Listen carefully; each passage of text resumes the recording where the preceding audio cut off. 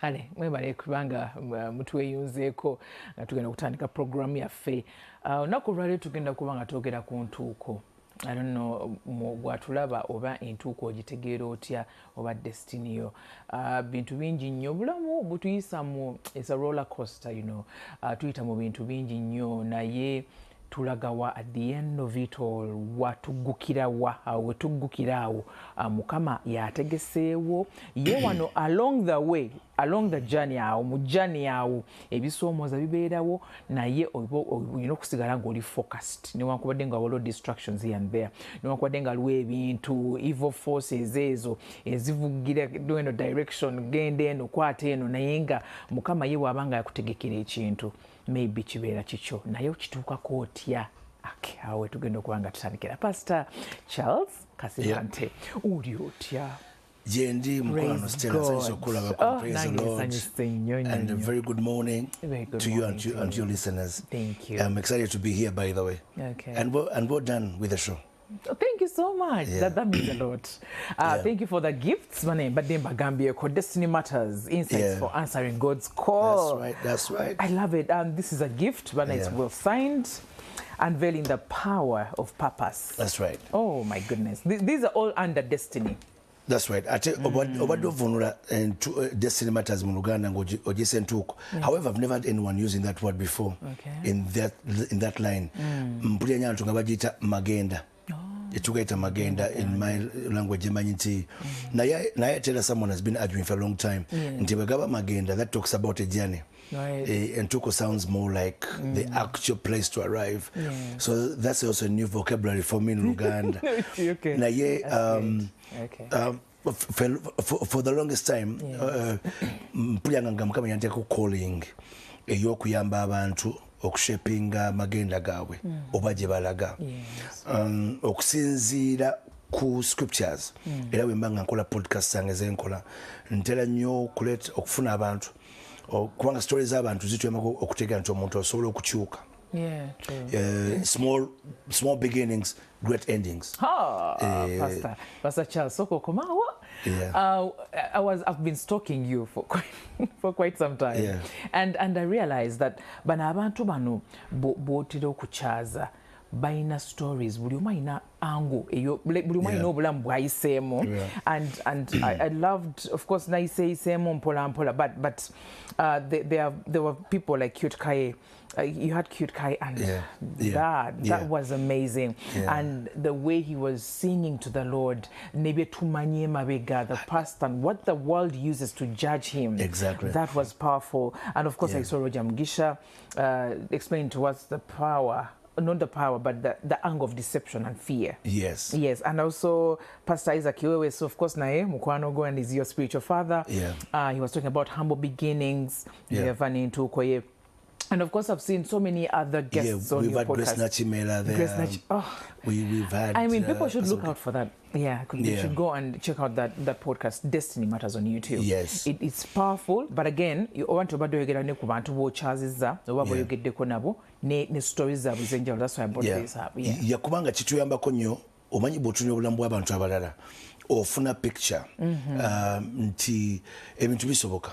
The Bible is a summation of men. God's word is men's lives. Bible ndowooza nti bwandibaddemu naye mulimu stories z'abantu n'ebitabo mannya g'abantu Samuel, Ruth, Abraham, Jeremiah. So kati ekindeesa abantu, even yourself, nti kuwulira stories z'abantu zituyambako okushapinga obulamu bwaffe. Kati nze bwe njogera ku kintu ky'amagenda, this is where I start from. Number one, teri muntu yeetonda. Like you did not create yourself. That is common knowledge. Tewajja n'ogamba neka neeyiye mbeerewo. You found yourself here. Ng'oli wano ku nsi oyinaayina otambula. Kati abantu abasinga twazuukuka ne twezuula nti no tukuze tutegeera amaloboozi agasooka mu bulamu bwaffe agatuinfominga ku kye tuli gabeera family. the people that are around you. Bw'oba olina abazadde nga balamu batandika ne bakubuulira who you are, where you come from, and from their point of view bakunnyonnyola nti oli mwana wa gundi oli mwana wa gundi. Kati encounter ne Katonda kubanga ye original creator usually ate ye kuyambako okulaba nti osukulumawo ku butonde buno bw'ensi bwe wazaalibwamu nti ate mu kusooka waliwo nga tonna bakubeerawo. Kati mystery. I was here, I was existing before I was born. Nti naliyo mu mind ya Katonda. Siri nsobi, siri mistake. Nalowoozebwako nga ntondebwa. Planningira bulungi. Kubanga ekyo nziwe nti bwenkiqualifying nga Stella. Teriwa kintu kimu kiri wano mu studio olwaleero ekitali created. Kuva ku ntebe no gyendiko, set eno gyolaba, ezo cameras, byonna bitonde. Emabega wayo waliyo omuntu eyabitonda. Omuntu. Even non-living things. Kati tosobola kuŋŋamba nti abantu nga ffe abafaanana nga ffe nti tuli Big Bang Theory. Nti twagwawo bugwi. Emabega waffe waliyo creator. Kati buli yatonda ebintu bino yabitonda mu design, yabirowoozaako nga abitonda n'agamba naye ntonda kino ntonda kyaki. That means purpose preceded creation. Ekigenda okukozesebwa ekintu ekyo kyekyasooka, ekirowoozo ekyo ge maanyi g'okubeerawo kw'ekintu. Kati bwe ndowooza ku ntebe eno nti bajja gituulako egenda kukola ki. However eno entebe esobola okubeera abused. Tusobola okoowa wano neebaka. But this was not made for sleeping. Miles Monroe agamba about purpose, agamba nti when a purpose of a thing is unknown, abuse is inevitable. Buli bw'otamanya kigendera kya bulamu bwo na lwaki oli wano, if you don't explain your why very well, oliwo lwa nsonga ki, ogenda kubeera abused. Ate abantu bangi awo, Pastor Charles, to struggling on knowing what's my purpose. What do I even do? How do I even get into the direction of my purpose? Now. Omuntu waligewo. Wewali kakati ze choba ntino mbade ngamba nti okuzuula purpose y'obulamu bwo. It's not a moment. I think for me it is a lifetime purpose to find purpose. It's okay. Your entire life. Obulamu bwonna ekimu ku nsonga lwaki wazaalibwa, kuzuula lwaki wazaalibwa. So your life meaning comes when you find it. What we have nso kwa abantu kale shortcut. For example, wetegeeze nnyo ebintu by'okola nga ne bwoba tebakusasudde ssente obinyumirwa bikolera byegendereze nnyo ebintu ebyo. Ebintu by'okola nga bijja naturally nga tebiri nnyo kufuba nga kale oyinza obipolishingako katono naye nga bikwanguyira tebikumenya tokirowoozaako nnyo ng'ogenda okikola. Tokyeganya. Kiri awo eriyo n'abantu abalina stress ku Monday morning because they have to go to work. Ebalowooza ku mulimu n'afuna depression. Kati naye bw'ozuula purpose y'obulamu bwo by'ebintu by'okola mu bulamu nga byangu. That is one of just the labels. Ekirala waliyo ebintu, for example, Mukama bw'akuwa abaana different obwena okuba omuzadde. You have no choice. Kati wetegeeze ebintu ebikuweereddwa. What is available for you. Katonda akuganyiza kuba naki. Bizuulemu purpose ekigendererwa mu byo. Why has God gifted me with this kind of thing? Lwaki Mukama ampadde ebintu bwe biti? Tosobola nti Mukama akodde abaana bali nsobi. No, once you have them, you must now begin to understand that your purpose is to raise these kids. Kati obulamu obuliko amage, obulamu obuliko okutegeera purpose eyo, bwangu okutuusa mu magenda Mukama ge yakutondera. Mulimu olunyira mu Bayibuli luli mu kitabo kya Isaya essula 46 olunyirwa 10. Lugamba nti Katonda yamanya enkomerero mu ntandikwa. That's what makes him God. He knows the end in the beginning. Kakati bw'obanga otandika obulamu bwo manya nti script y'obulamu yawandiikibwa. However, before the short wedding atwogera omuntu asobola okuva ku mulamwa olw'ebigendererwa olw'okusalawo. Okay. Decisions olw'okusalawo okwo osobola okuva ku kintu ekyakutonderwa kubanga Katonda era ne free will nayo teyagijjawo. However, waliyo ebintu ebimu Katonda byakola byo nga biri written in concrete. Okay, okugeza ng'ekintu kyo kyakuteekebwako nga ne w'omayanga n'omayanga wayitibwa ekintu ekyo ojja kudda. There's stories what don't have nga nkola ku bantu mu podcast. Kati for example, I'll give an example like kati ngakyotikai. You know, his voice probably God gave to him that voice kubanga era yagala alikozesa mu kusinza. But he went wherever he went. Ate bwe yagenda eyo okulaga nti no Mukama teyakirimu. He lost protection. N'agenda mu drugs kubanga ekimu ku kintu ekikuumira n'obeera ng'oli mu sanity olumu kiba kubanga oli mu kintu Katonda kyalimu. Yes. Okay. You are in something that God is a part of. Kubanga akikuweerako n'obukuumi bwakyo, what we call in our language grace. God will grace you where he has called you. Okay. Kati waliwo ebintu byogambye, waliwo ebintu byetusobola okukola nga Mukama waliwo ebintu ebiriwo nga Mukama byo yabiteekawo obulamu bwo. Mpayo ebyokulabirako kw'ensonga eyo.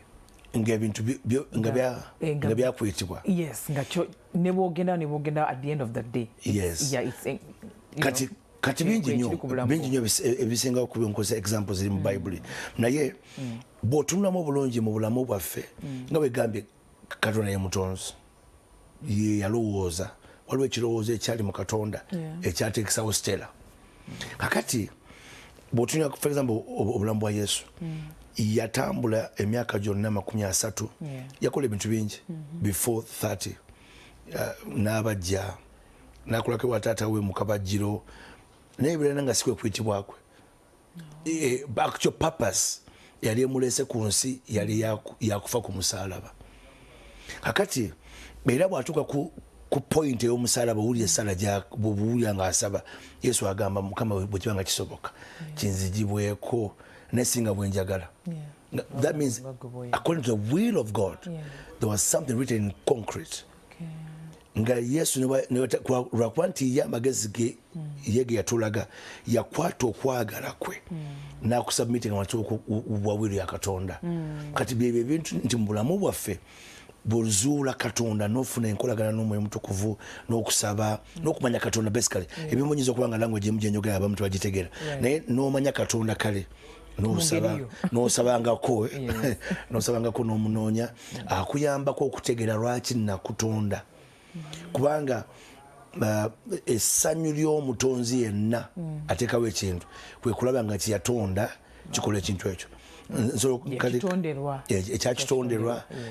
Nsobola okuwa example nti olwaleero nsobola okukwata for example microphone nenjikuba you know nga onyiizizza naye ogwo si gwe mulimu gwa microphone eyo.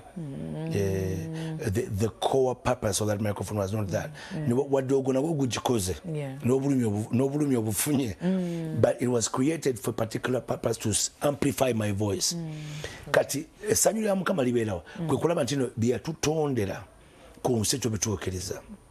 However munda muffe mwebiri kubanga yatutonda tukimanyi era instinct ogiwulira era abantu basobola okukola emyaka 6 mu bulamu 60 years of work and at the 60th age n'azuula ekintu ekyamutonderwa.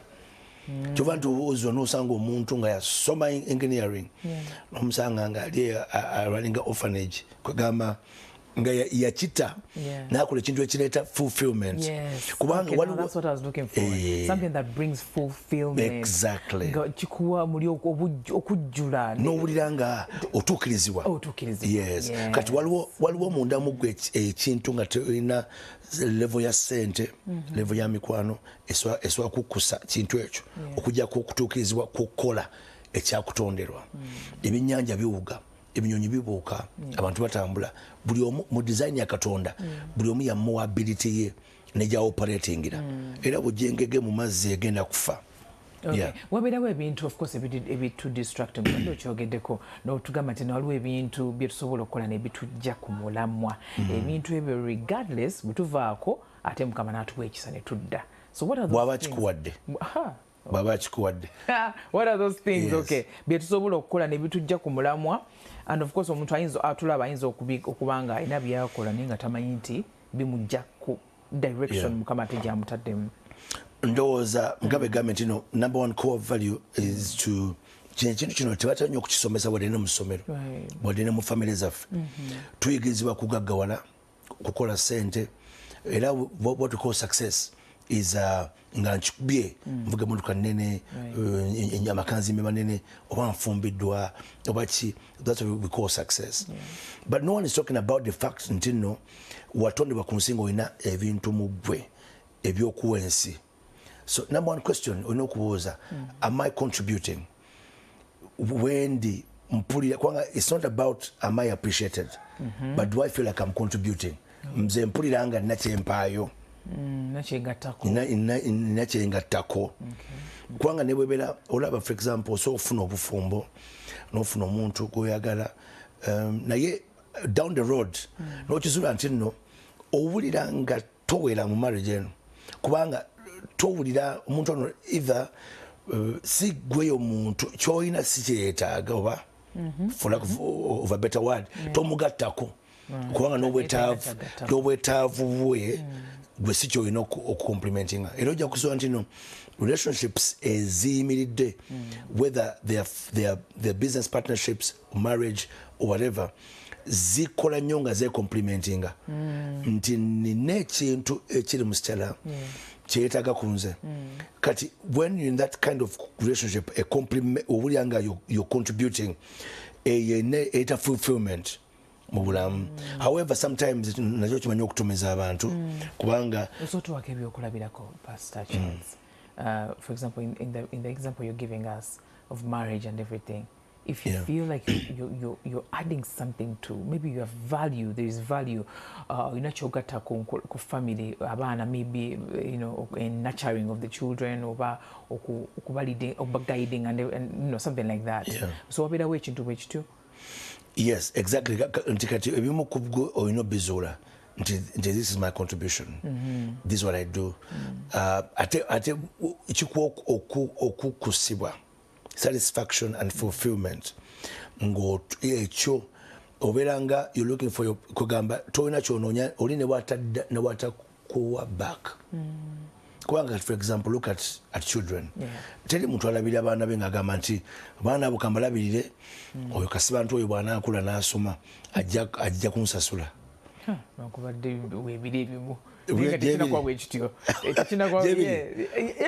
would be so scary. But in naturally, omuzadde achukula because of love. Era kankubulire. Expecting no reward. Njaga okubema akafaananyi nga baby. Ekisooka nze simanyi oba I'm very comfortable to fix a pamper of someone else's child. Someone else's. Yes. Wow. Nato wange nkikola joyfully. Oya zengamba. Kuga waliwo okwagala ekintu ekikufixing and that you don't even see the mess. Ntera ogamba abantu nti true love bw'obanga ddala olina okwagala okutuufu kulabika nnyo ng'ozadde. I'll give an example. Olunaku lumu nesima gye nafuna nga nnyonnyo ya mulembe and I had a 3-year-old at home. Nga mpya ali nnungi nnyo by the way. Ngenda okudda nga agikubye wansi agyasizza nga aggye mu kasimu kati akatadde wali.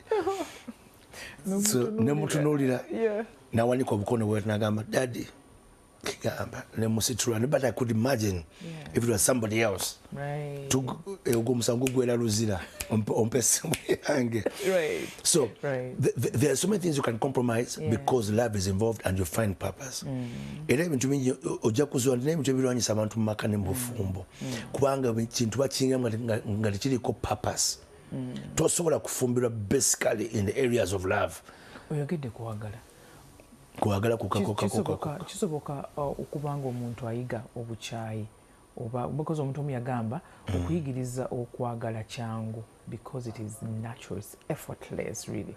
Tasobola kukuyigiriza nti gwe genda oyagala oyo nawe mwagale bambi, is a good person n'okiyiga buyizi, but then okuyigiriza omuntu okuhatinga oba obukyayi oba obukaawo mbu it's possible.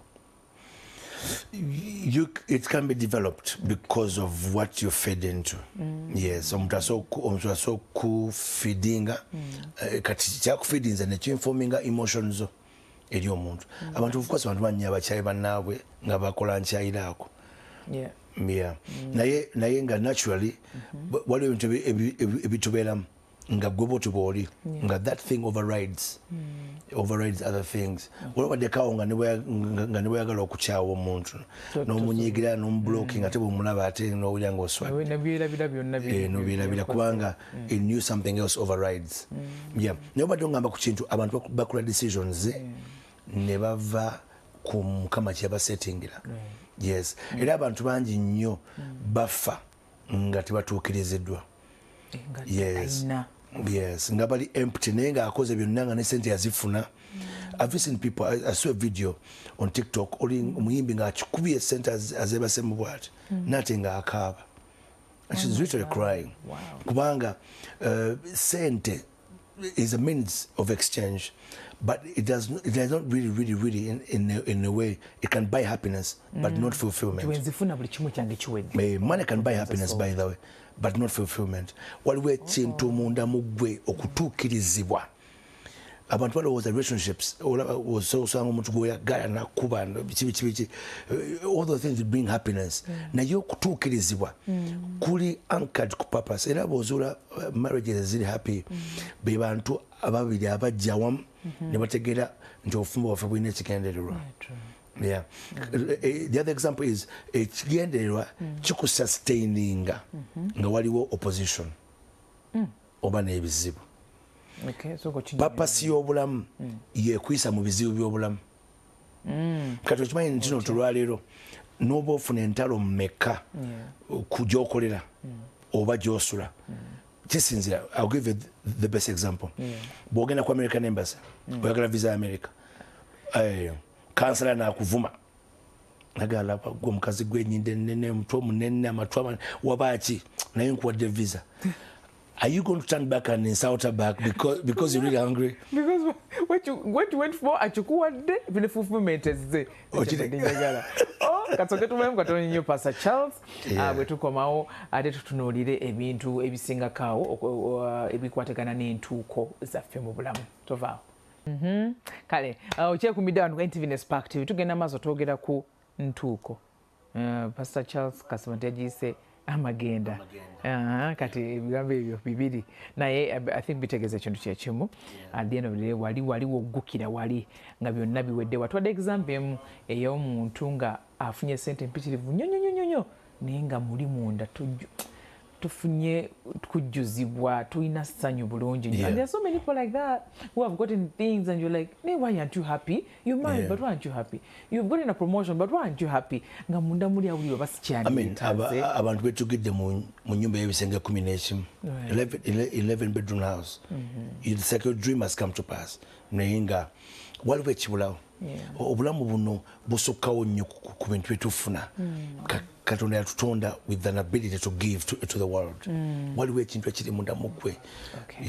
So Pastor Charles, waliwo traumas ze tulina.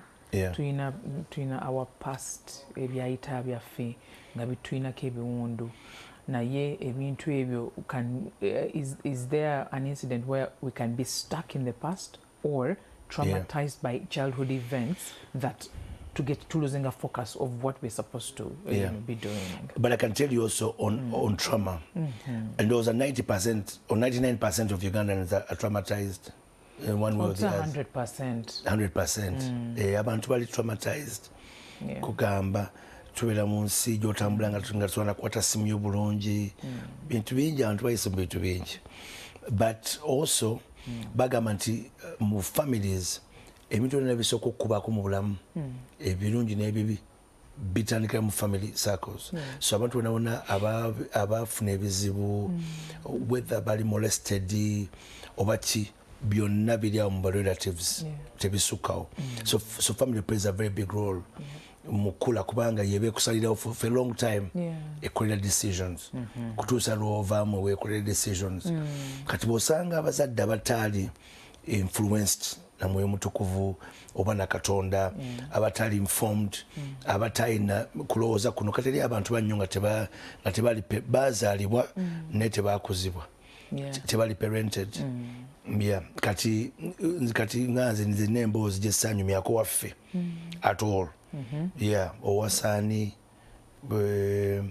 bw'owasa mukyala kubanga ojja kuzuula a lot of men like us tukuze mu maka nga temuli basajja kati tekuliko na example kati nomaliza nga passion drives you to marry kubanga oyagala omuntu naye nga tumalina bufumbo kyebutegeeza teyabunyumizaako emyaka gituuka temwogerangako na ku topic ya sente.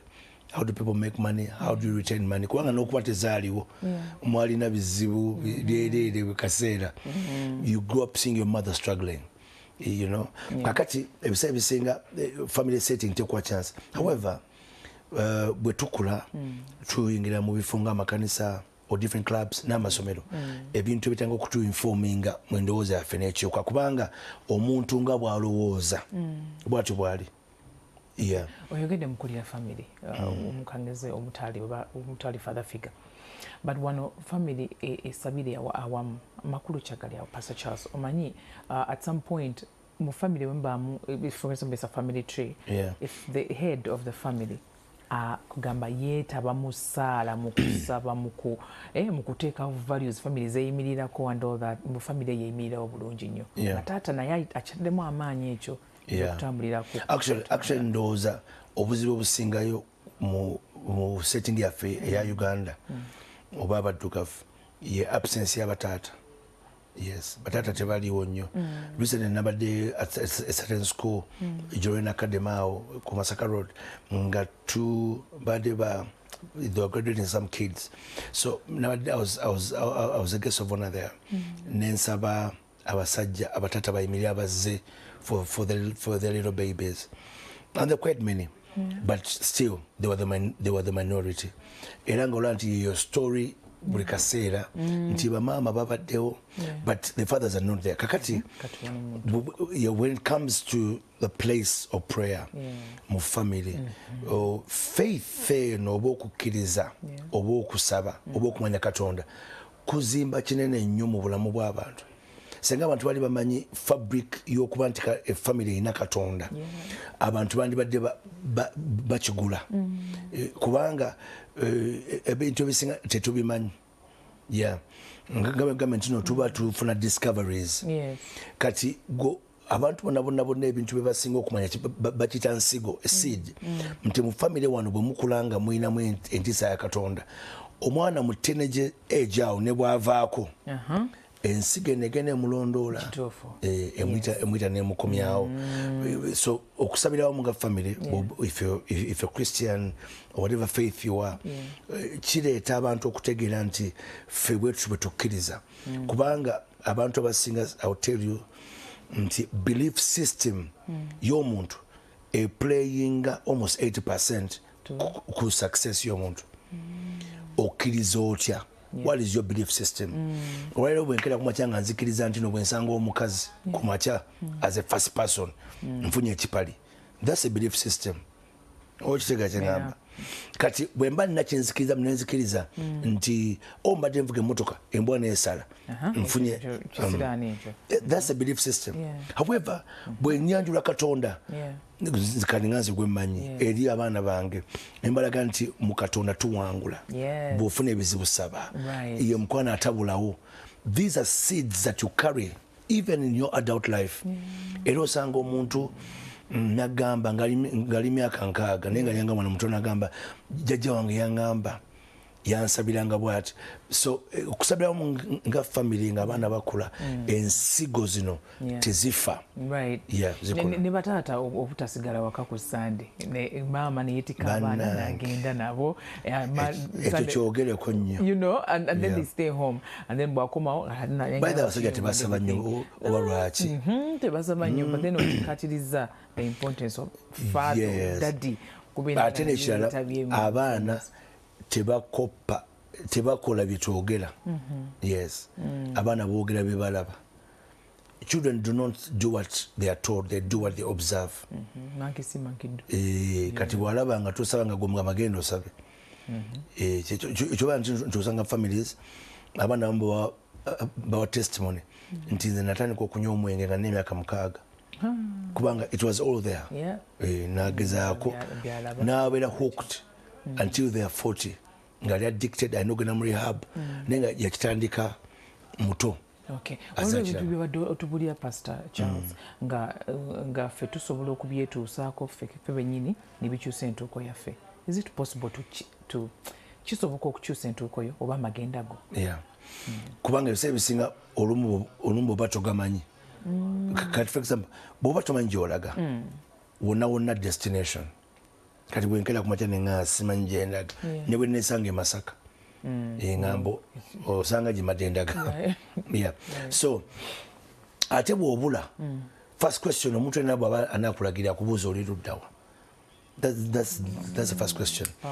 So acknowledgement ey'okutegeera nti wano wendi you have to acknowledge nti either mbuze oba waliwo ekitali kituufu.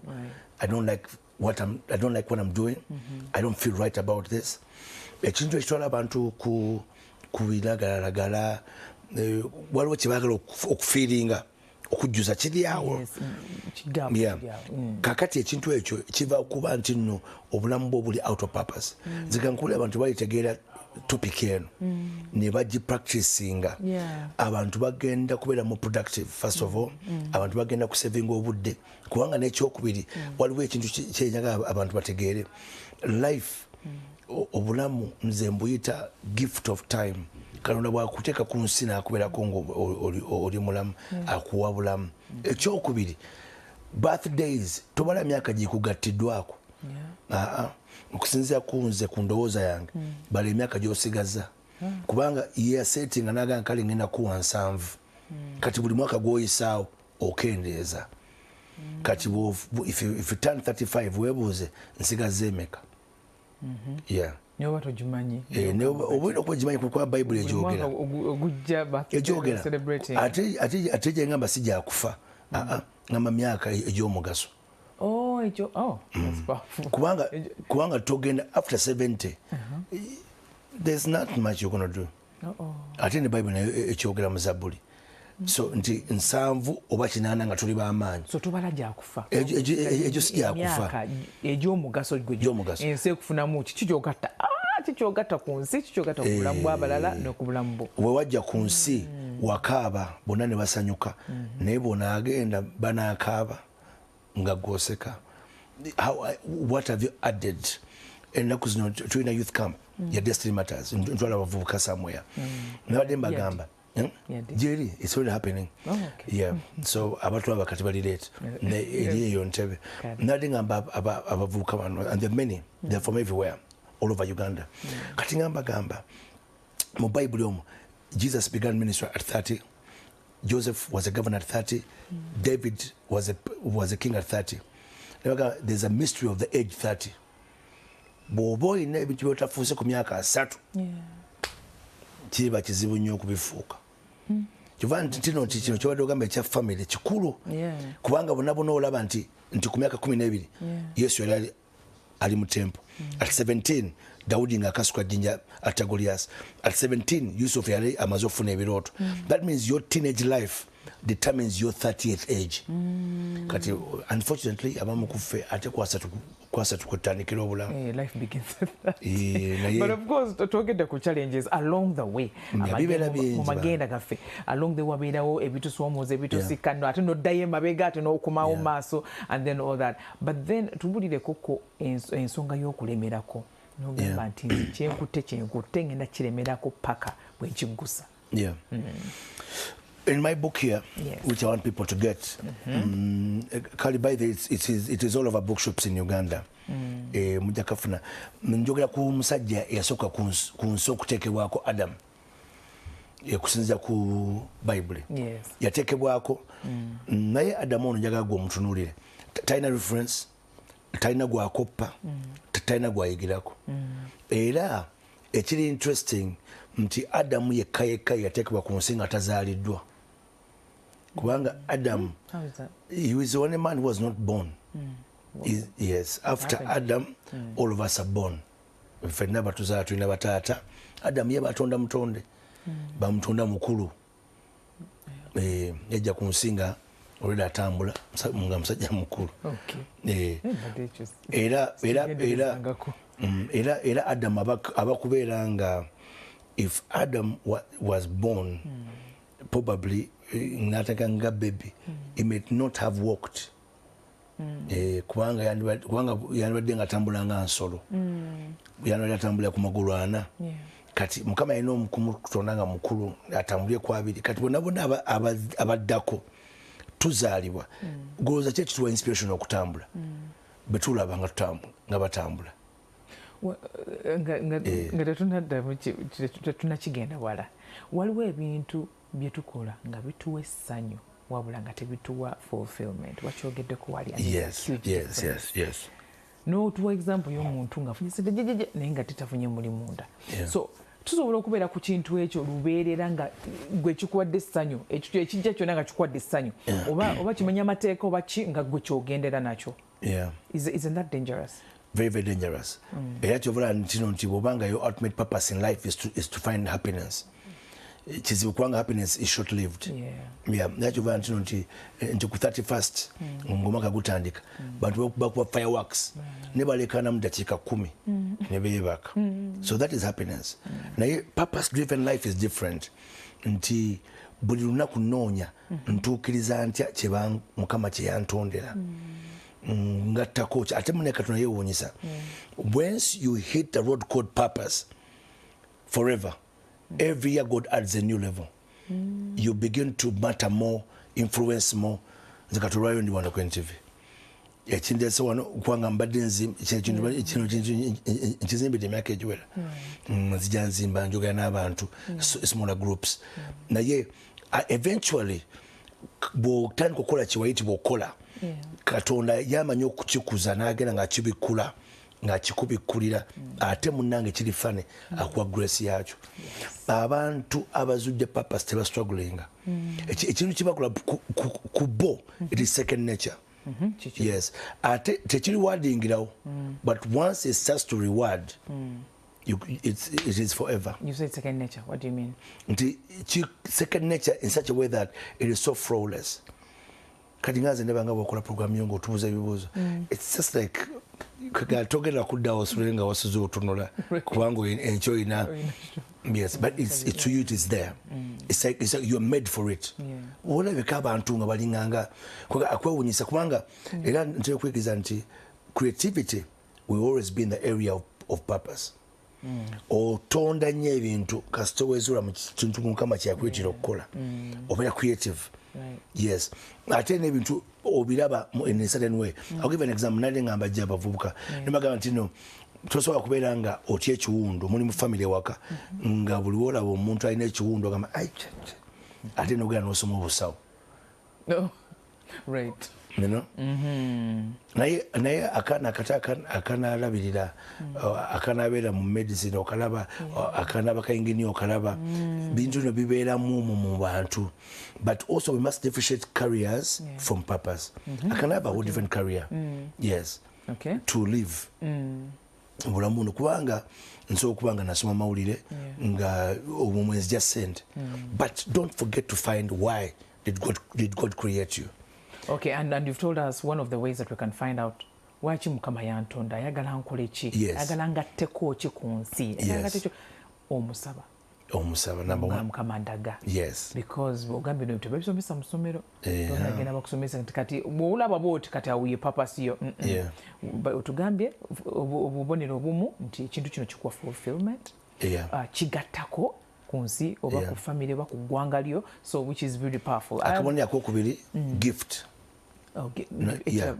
Nakyogeddeko physical gifts and those invisible gifts, ebirabo ebitalabika, ebintu byoli ebyo. For example, waliwo abantu abangwire okwogera n'abantu nga gwe otuuka you are the party person.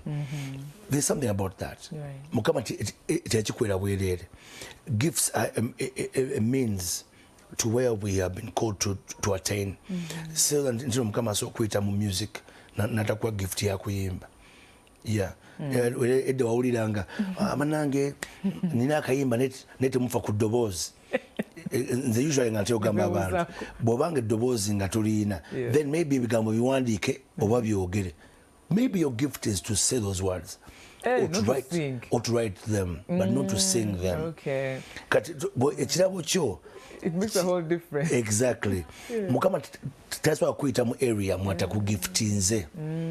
Yeah. Kati nze nze nasoma IT musomero. But it has helped me somewhere. Era nasoka nenkola. But when I got into ministry, nze buweleza sina ko working hours. Sina ko off and on. In fact, no kwe for single geno kuumula. You know why? This thing is in me. Chukula no kwagala. Sina boss. I'm my own boss.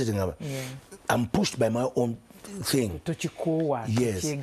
It is so rewarding eventually. Yeah. I cannot compare it to anything I would have done else in my life. Okay, try to get perseverance. No kwate chintu chigusa. And sometimes kasochizula ngachecho ochilemela wala abalemela kuchintu natenga si checho ngatona na gift yacho toina nawe ngolabo struggling irayo inolemela kantu no kesibako. But so you have to find. So that means mukufinding into koyo sibya kusika nyo muguwa. Ne dance chino kijja kukola nalabagundi ngachikola. In fact abasinga n'obuzibu awo nalabagundi neguni yayitawo bwati no olina okuzuula Katonda ate munange Mukama ayogera mitima gyaffe ayogera mbirooto naye osookulya ekyangu ennyo ku bantu abatuwuliriza obulira emirembe ku kintu ekimu ng'okisazeewo eyo ina empire ina peace eyo naye ekulaga nnyo nti kyoliko kituufu. Oh, that's beautiful. Waliwo akantu ke nalabye kankuta omubabiro twogera of course ku perseverance twogera ku and everything naye wano waliwo wandise God will never promote you in a realm where you have not first mastered the art of submission. Kankute kunyana submission tulina submission ku mulimu mu family mu bufumbo ku somero so everyone has to have that but then how do we get it nebolaba newunyiza kubanga topic nene nnyo naye I'll just give you a small line on that. Ekisookerwako ddala enensi this is the word of men. Era Bible wegamba Psalms 115 it says heaven belongs to God and the earth he has given to men. Enensi y'abantu kati bw'otayiga ati yakolagana n'abantu you will never be promoted. And part of the art is submission. Kwe kukakanira abantu bewegomba abantu boweerezaamu kubanga balina obusobozi okusitula. Kankubulire kenensi Katonda I'll say something maybe it's a bit controversial. God can desire something for you and a man can refuse to give it to you. How is that possible? Because you have no art of receiving it. That's very powerful. God can desire. Mukama so kwagaliza ekintu. N'agamba n'oyo omuntu ajja kikuwa. Ne kikulema okumuggyako. Omuntu n'agano kikuwa kubanga walemwa okufuna amagezi agakimuggyako. Oba art enkola.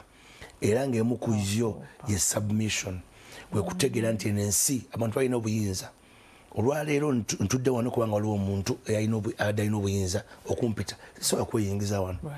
Otegeera enzigi ziriko ne password kati ensi y'abantu.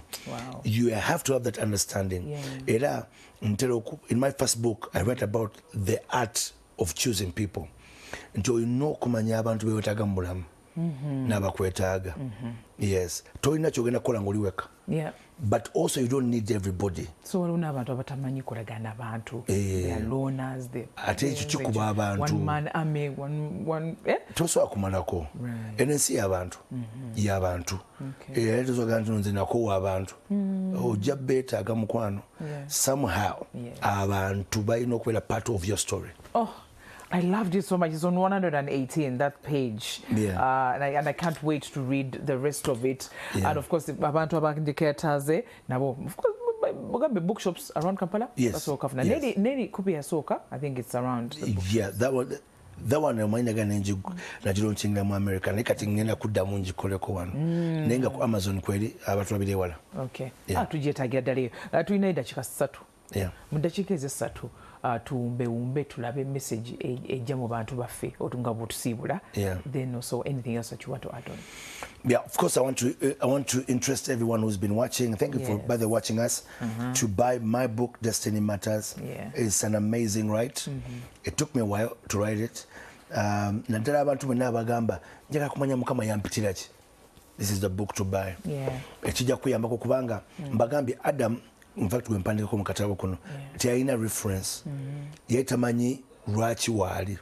However Mukama yali akimugambye nti nkuleese ku nsi, multiply it, replenish it, subdue, fill the earth.